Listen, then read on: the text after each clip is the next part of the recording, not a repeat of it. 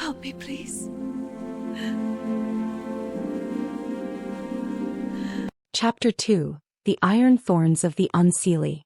The white flowers Oberon had left for Elara did not wilt. They hummed with a soft, bioluminescent glow on her bedside table, a constant reminder of the Golden Prince. But as the seasons shifted toward the biting chill of autumn, the forest changed. The golden leaves turned to skeletal fingers, and the warmth of the Unseelie Court receded, making way for the Unseelie, the Winter Court. Elara felt the shift in her marrow. The woods grew silent, the air tasting of ozone and old graves. She should have stayed behind the iron-bolted doors of the village, but her grandmother's fever required the rare silver moss that only grew in the deep ravines. She carried a small dagger of cold iron hidden in her bodice, a gift from the village blacksmith who whispered tales of the Lenansida and the Prince of Frost. She found the moss, but as she reached for it, the shadows around her elongated, detached from the trees, and coalesced into a tall, terrifying figure. He was the antithesis of Oberon.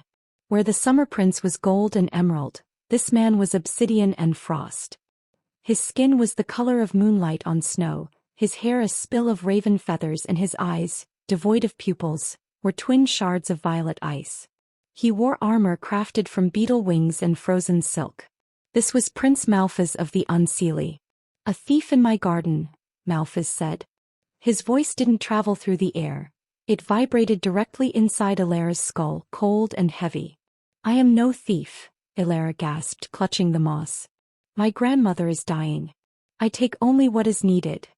Malphas stepped forward, and the grass beneath his boots turned to brittle glass. "Everything in this ravine has a price, mortal.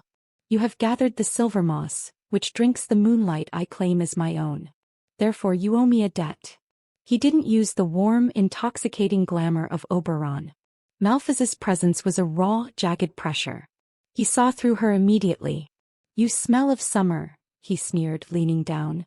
"You have been touched by the Unseelie golden boy. Does he know you've wandered into the court of sorrows?" "I don't belong to him," Elara retorted, though her hand trembled as it drifted toward her iron dagger. Malphas laughed, a sound like cracking ice. "A lie. The Fae cannot lie, little bird, but humans, you breathe falsehoods like air. You crave him. You fear me. And yet you carry a sliver of the great enemy." He lunged with supernatural speed, his hand stopping inches from her chest. He hissed, the skin of his palm blistering as it sensed the proximity of the cold iron hidden beneath her dress. "Iron," he spat, his face contorting in genuine agony. "The coward's metal. Stay back," Elara cried, drawing the blade. The Prince of Frost recovered instantly, his violet eyes burning. "You think a toothpick of iron protects you from a prince of the air? I could freeze the blood in your veins before you could blink. But," he paused, a cruel curiosity flickering in his gaze, "Oberon values you. And what Oberon values I find interesting." He circled her like a predator. "I will grant you the moss for your kin. But in exchange you must perform a task. You will enter the summer palace and bring me the amber lyre. Do this and your debt is cleared. Refuse, and the frost that touches this moss will follow you home, turning your grandmother's breath to ice before morning." Elara looked at the dagger, then at the terrifying beauty of the Winter Prince. She realized then that the Fae were not just beautiful or cruel. They were a force of nature, indifferent to human morality. "I cannot steal," she whispered. "Then you choose death for your blood," Malphas replied, turning away. "The Unseelie do not offer second chances." As he began to fade into a swirl of snowflakes, Elara shouted, "Wait."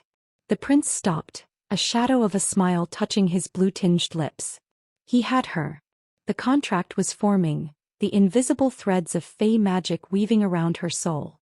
She had entered a game played by immortal princes, where her heart was the prize and iron was her only shield. Would you like me to proceed with the final chapter, where Elara must navigate the clash between the two princes and the true cost of her bargain? The amber light is fading and the frost is at the door. Elara holds the fate of two kingdoms in her hands, but the price of peace may be her own heart. The epic finale, Episode 3, The Harmony of Heart and Iron, drops next tomorrow at a good time. Don't let the veil close without you. Subscribe now and turn on all notifications so you're the first to witness the end.